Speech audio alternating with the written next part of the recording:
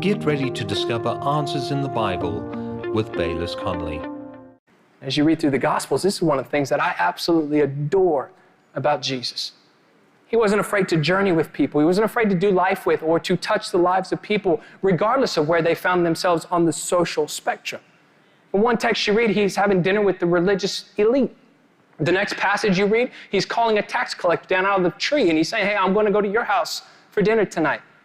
You read later on in Luke chapter 7, Jesus is called the friend of sinners. He's called the friend of drunkards. He hung out with prostitutes and those that had been marginalized by society. You see him in John 4 hanging out and having conversation at a Samaritan well with a Gentile woman who was known for her loose morals. And the disciples, they walk up and they're like, Jesus, what is happening here? Why are you talking to her? And why are we here? You look at the disciples, they're a motley crew themselves. They're a bunch of teenage religious rejects. And even within his 12, you've got political foes. You've got Matthew the tax collector and Simon the zealot, who constantly would have been at each other with different worldviews. Yet Jesus, he breaks all kinds of social stereotypes.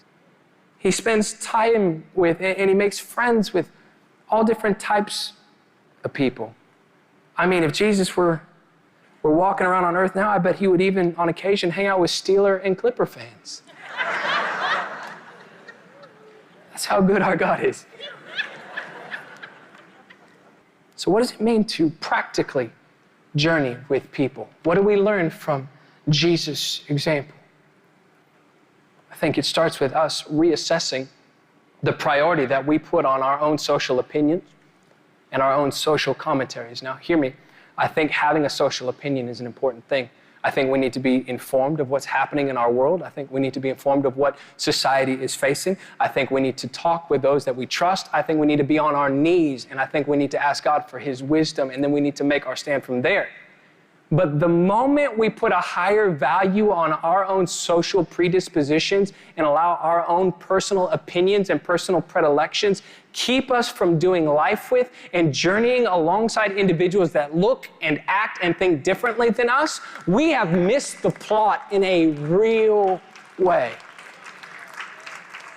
He went with them. He journeyed with them. Jesus wasn't on the same social page as the Jewish elders. He didn't think the same about God or about the law, but he went with them anyway. Jesus wasn't on the same social page as the centurion, not in the least bit, but yet he went to him. And in like fashion, as ambassadors of Christ, given the ministry of reconciliation, we need to see past attitudes and actions and affiliations, and we need to see the individual.